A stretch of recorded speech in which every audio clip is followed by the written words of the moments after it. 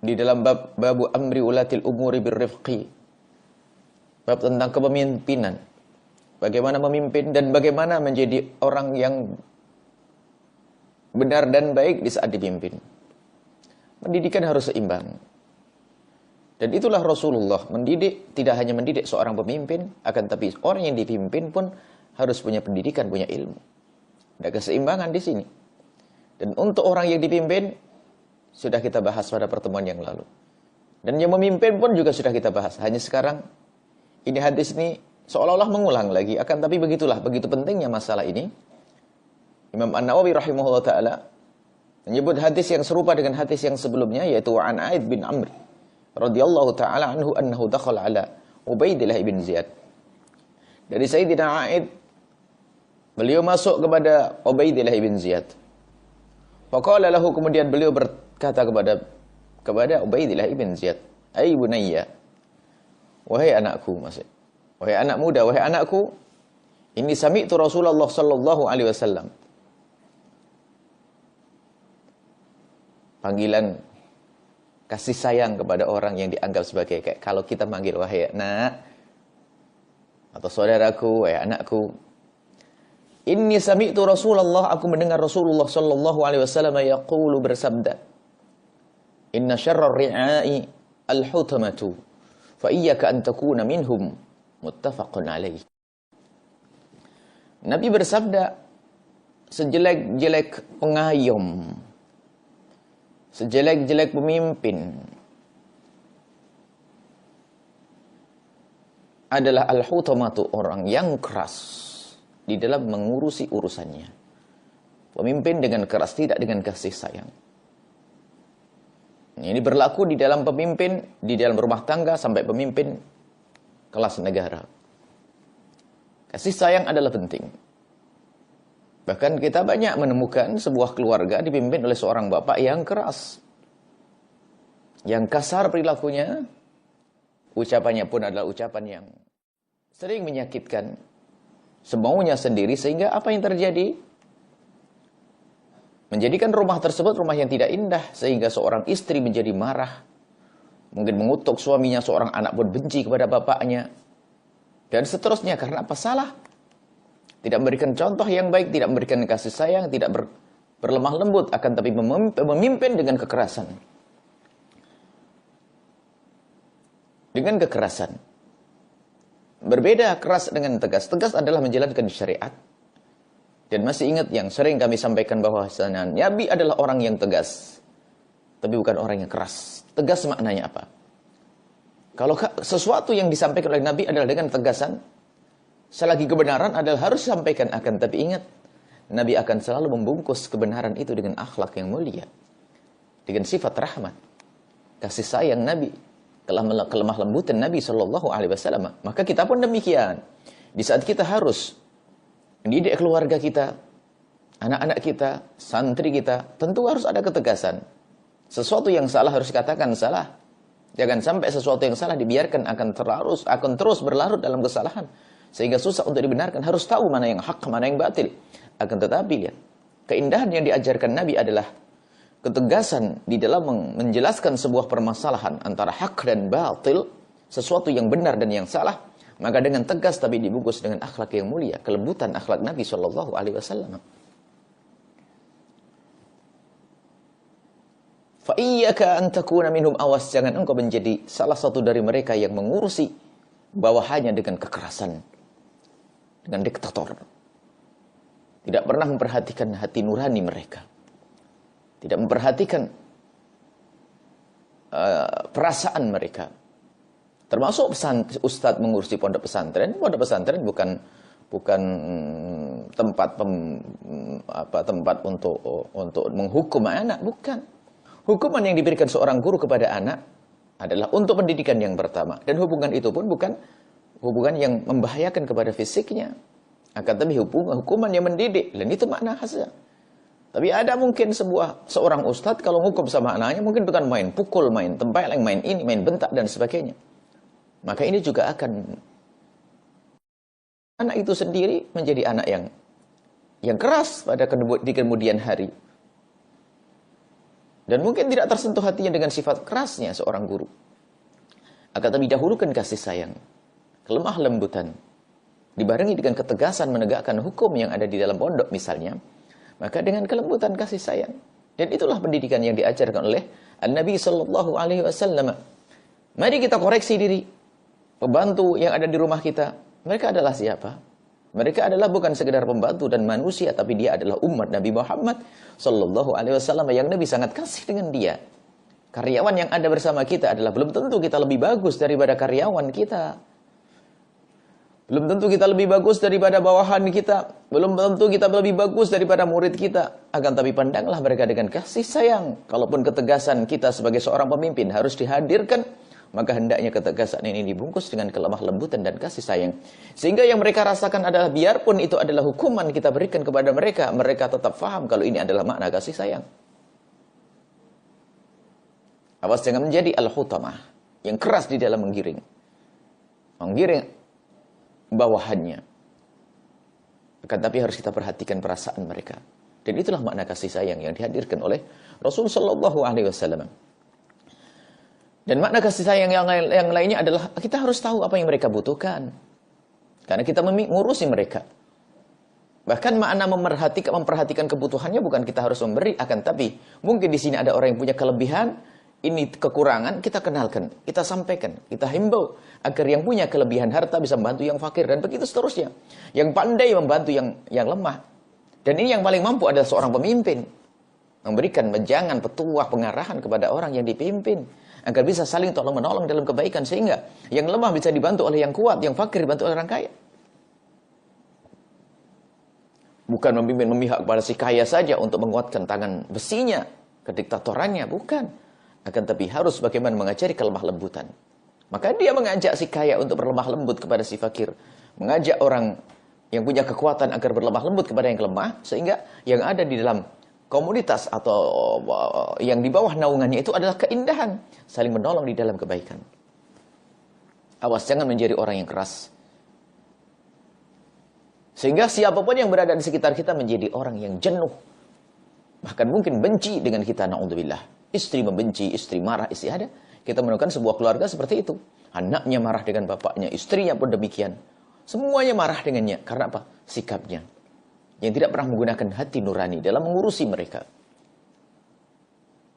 Dan tidak cukup juga dengan harta. Bahkan ada sebagian dari para bapak, para orang tua yang diberi oleh Allah kekayaan, tidak memberikan, tidak melayani anak mereka dengan kasih sayang, tapi mengayomi dengan harta. Dikasih duit saja, tapi tidak pernah ditampakkan dari sifat perilakunya yang lemah lembut mengayomi. Sehingga yang terjadi dalam diri sang anak adalah dia taunya uang saja. Tidak mengerti makna balas kebaikan dan tidak mengerti makna kasih sayang. Dia akan menggunakan dengan uangnya apa saja yang bisa ia lakukan dengan uang tersebut.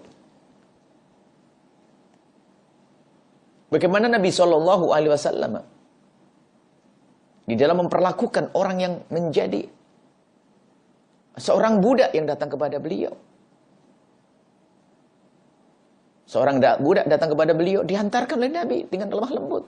Di saat dia ketakutan karena barangnya hilang, uangnya hilang, diutus oleh majikannya, tuannya, lalu uangnya hilang, lalu bingung, tidak berani pulang. Nabi mengantarkan, begitu lemah lembutnya Nabi dengan seorang budak. Dan dengan anak kecil pun demikian.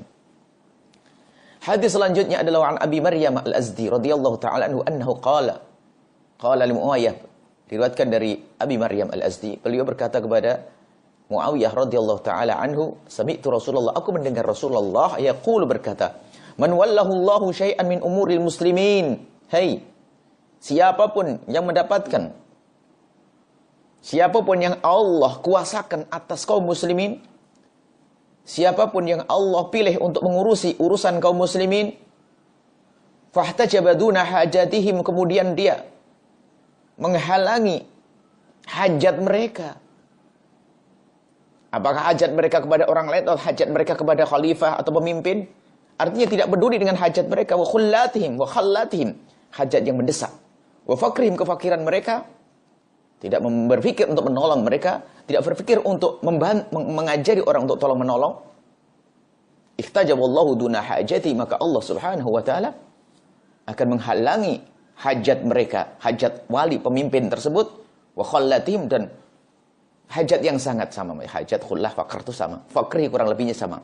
Maka di saat fakir yaumal qiyamah, di hari kiamat tidak akan ditolong oleh Allah. Alhamdulillah. Di dunia mungkin bisa bermegah-megahan dengan kekayaannya, dengan kekuasaan, main perintah sana perintah sini. Akan tapi itu hanya kehidupan yang sesaat, wahai ahli iman. Akan tapi nanti di akhirat ada tuntutannya di hadapan Allah Subhanahu wa taala. Ada tuntutan, lihat, Allah tidak akan berikan pertolongan kepada mereka di saat pertolongan, tidak ada pertolongan lagi kecuali pertolongan Allah. Berfikirlah wahai para orang tua yang punya anak-anak di bawah naungannya. Berpikirlah wahai orang yang punya perusahaan, punya karyawan di bawah naungannya. Berpikirlah seorang pemimpin, penguasa atau yang punya rakyat, yang mengurusi umat kaum muslimin. Ketahuilah, itu semua ada hitungannya di hadapan Allah. Semoga Allah menjauhkan kita dari kezaliman. Semoga Allah memudahkan kita untuk mengurusi orang-orang yang ada di bawah naungan kita dengan kasih sayang, sehingga kelak di akhirat kita akan mendapatkan pertolongan dari Allah Subhanahu wa taala. Waja'ala Muawiyah rajulan ala hawaijin nasi. Kemudian setelah itu Muawiyah menjadikan dirinya orang yang selalu mengurusi hajatnya manusia. Dan begitulah, sebaik-baik orang adalah insaf. Di saat mendapatkan petuah, segera berpikir urusan akhiratnya.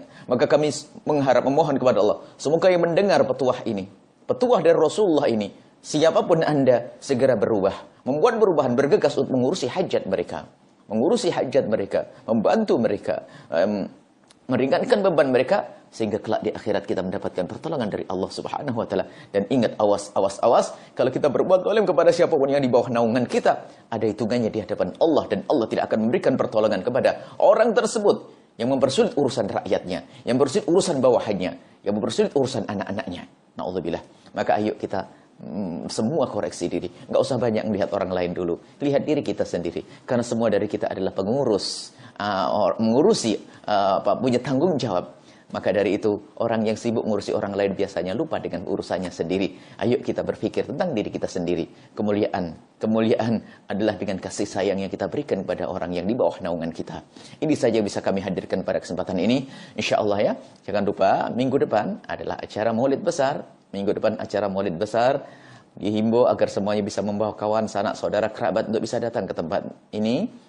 Dan doakan semuanya, para panitia, tim semuanya diberi oleh Allah ketulusan, karena ini adalah acara besar untuk menggugah cinta kepada Nabi sallallahu alaihi wasallam, untuk menubuh suburkan makna cinta kepada Nabi, untuk mengenalkan umat kepada Nabi. Mungkin ada orang yang belum pernah menghadiri majelis, semoga dengan minggu depan, di Ahad depan, menghadiri majelis sehingga menjadi orang-orang yang dicintai oleh Allah, semakin dekat dengan Rasulullah sallallahu alaihi wasallam, dimudahkan untuk melakukan kebaikan. Dan semoga Allah menjadikan kita adalah hamba yang saling mencintai karena Allah. Di saat kita menjadi seorang pemimpin, kita menjadi pemimpin yang bisa berkasih sayang kepada hamba-hamba Allah. Dan di saat kita dipimpin, semoga kita menjadi orang yang dipimpin, yang bisa patuh kepada orang yang memimpin kita, yang mengurusi kita, patuh kepada bapak kita, kepada ibunda kita, kepada pemimpin kita. Dan semoga Allah Subhanahu wa taala memberikan kepada kita pemimpin yang tulus dan ikhlas, ahli surga, yang kenal Allah dan Rasulnya. Dan semoga Allah menjauhkan dari pemimpin-pemimpin yang tidak kenal Nabi Muhammad sallallahu alaihi wasallam. Dan semoga Allah memberikan ketulusan kepada semua yang berjuang di dalam memperjuangkan kepemimpinan. Jangan sampai dikuasai hawa nafsu, sehingga suara yang diangkat adalah suara syaitan. Kita ingin suara yang diangkat adalah suara kerinduan kepada kemuliaan. Dan semoga Allah Subhanahu wa taala menjaga umat, menjaga bangsa ini, negeri ini, sehingga menjadi negeri yang tentram, saling mencintai, jauh dari pertumpahan darah, jauh dari permusuhan. Yang ada adalah cinta dan kasih sayang. Dan semoga Allah Subhanahu wa taala memberikan kepada semua para pemimpin rasa kasih sayang, sehingga bisa berkasih sayang dengan umat, dengan rakyat. Ini saja yang bisa kami hadirkan. Jangan lupa ingin bergabung dalam acara besar maulid nanti, segera mendaftar. Yang bergabung dengan tenaganya, yang bergabung dengan apapun, ya. Semoga bisa segera bergabung. Ketahuilah Allah Subhanahu wa taala akan rindu dan senang kepada siapapun yang tolong menolong dalam kebaikan, dan akan membantu kepada siapapun yang tolong menolong dalam kebaikan. Dan majelis kita, pesantren kita adalah upaya untuk menolong orang lain dalam menuntut ilmu agama, untuk kenal kepada Allah, untuk semakin dekat kepada Allah Subhanahu wa taala. Allah fi aunil abdi makana al abdu fi auni akhih. Yang ikut berkiprah di pondok pesantren, di lembaga pendidikan semacam ini, dalam dakwah, ketahuilah dia telah menolong umat Nabi Muhammad, maka ketahuilah jawaban dari Allah, Allah akan memberi pertolongan kepada Anda, mempermudah urusan Anda, mempermudah urusan anak-anak Anda, mempermudah urusan keluarga Anda. Karena apa? Anda ngurusi keluarganya orang lain. Semoga Allah menerima amal kita, memberikan keikhlasan. Bismillahirrahmanirrahim. Alhamdulillahirabbil alamin. Allahumma shalli ala sayyidina Muhammad wa ala ali sayyidina Muhammad. Irhamna wa la tu'adzibna. Irhamna wa la tu'adzibna. Irhamna ya Allah, berikan kasih sayang-Mu kepada kami. Jangan Kau hukum kami di dunia dan di akhirat ya Allah. Berikan kasih sayang-Mu ya Allah. Sungguh bagimu sangat mudah. Ampuni dosa kami ya Allah. Dosa yang kami lakukan ya Allah, jangan sampai Kau simpan hingga kelak di akhirat. Kami ingin dosa kami Kau tutup di dunia ya Allah. Di dunia saat ini Allah. Ya Allah, ya Allah. Dan kami mohon berikan kepada hati kami kasih sayang ya Allah, agar kami bisa berkasih sayang dengan sesama kami, dengan anak-anak kami, dengan kerabat kami, dengan orang yang di bawah naungan kami ya Allah. Ya Allah, ya Allah, ya Allah, ya Allah. Engkau Maha tahu tentang kami ya Allah. Para santri-santri kami ya Allah. Ya orang belajar dengan kami ya Allah. Ya Allah, jauhkan kami ya Allah dari menyakiti hati mereka dengan perilaku kami atau dengan lisan kami. Maka kami mohon ya Allah, jika ada di antara yang hadir di sini, yang menghadiri acara ini, atau yang mendengar ceramah pengajian kami, atau yang mendengar kalimat-kalimat kami, lalu mereka tersinggung dengan kalimat kami mohon ya Allah, ampuni kami, dan kami mohon ya Allah, ganti ya Allah sakit hati mereka dengan kasih sayang-Mu ya Allah, dengan segala kebaikan ya Allah. Sungguh kami tidak ingin menyakiti siapapun dari hamba-hamba-Mu ya Allah. Jika ada yang tersakiti oleh lidah kami, baik yang kami sengaja atau tidak sengaja, kami mohon ganti dengan segala kebaikan untuk mereka ya Allah. Kami tidak ingin ada orang yang sakit hati ya Allah. Kami tidak ingin ada orang yang sakit hati ya Allah, ya Allah. Dan jaga lisan kami, lidah kami ya Allah. Ya Allah, perilaku kami jaga ya Allah. Dan kami mohon ya Allah, ampuni orang tua kami dan guru-guru kami, berikan kasih sayang-Mu kepada mereka semua dan kepada kami semua ya Allah. Dan kami mohon yang sempit rezeki lapangkan dengan rezeki yang halal penuh berkah, dan kelak dengan rezeki itu bisa berkasih sayang dengan sesamanya. Berikan kepada kami ilmu yang bermanfaat, yang bisa menjadi sebab kami bisa berkasih sayang di antara kami ya Allah. Yang sakit sembuhkan ya Allah, agar sehat, sehingga di saat sehat kami bisa berkasih sayang sesama kami. Dan ya Allah, ya Allah, ya Allah, yang punya hutang, mudahkan kami dalam bayar hutang kami, panjangkan umur kami dalam ketaatan serta sehat walafiat. Dan kami mohon ya Allah, ya Allah, rumah tangga kami ya Allah, hadirkan kasih sayang dalam rumah tangga kami. Kasih sayang ya Allah, kasih sayang ya Allah. Ya Allah, saling mencintai, saling mengasihi ya Allah, karenamu ya Allah. Di rumah tangga kami, jauhkan kekerasan dalam rumah tangga kami ya Allah. Jauhkan kekerasan dari pesantren ini ya Allah. Jauhkan kekerasan ya Allah dari pergaulan kami ya Allah. Ya Allah, kami mohon ya Allah, ya Allah, berikan kepada semua yang telah berjuang bersama kami ketulusan dan keikhlasan ya Allah. Jaga keluarga dan anak keturunan mereka semua, dan kirimkan kepada kami orang tulus dan ikhlas ahli surga-Mu yang bisa berjuang bersama kami ya Allah. Ya Allah, ya Allah, kami ingin kelak ya Allah mati dalam keadaan berjuang di jalan-Mu ya Allah. Dan kami mohon berikan kepada kami semua husnul khatimah kelak di saat Kau hendak mencabut nyawa kami. Kami ingin Kau cabut nyawa kami dalam keadaan kami berjuang di jalan-Mu ya Allah. Dan berikan ketulusan dan keikhlasan sehingga saat Kau mencabut nyawa kami dalam keadaan kami husnul khatimah ya Allah. Husnul khatimah, mati dalam keadaan iman. Dan kami mohon ya Allah, jadikan ucapan kami di akhir hayat kami kelak saat Kau hendak mencabut nyawa kami. Kami ingin saat itu ya Allah, hati dan lidah kami mampu mengucapkan kalimat agung dan mulia, la ilaha illallah Muhammadur Rasulullah, la ilaha illallah Muhammadur Rasulullah, la ilaha illallah Muhammadur Rasulullah sallallahu alaihi wasallam. Rabbana atina fid dunya hasanah wa fil akhirati hasanah wa qina adzabannar. Wa sallallahu ala sayyidina Muhammadin wa ala alihi wa sahbihi wasallam. Walhamdulillahi rabbil alamin. Al-Fatihah. Insyaallah. Bismillah. Alhamdulillahirrahmanirrahim. Terima kasih, mohon maaf dan mohon doa selalu. Wabillahi taufiq wal hidayah. Wassalamualaikum warahmatullahi wabarakatuh.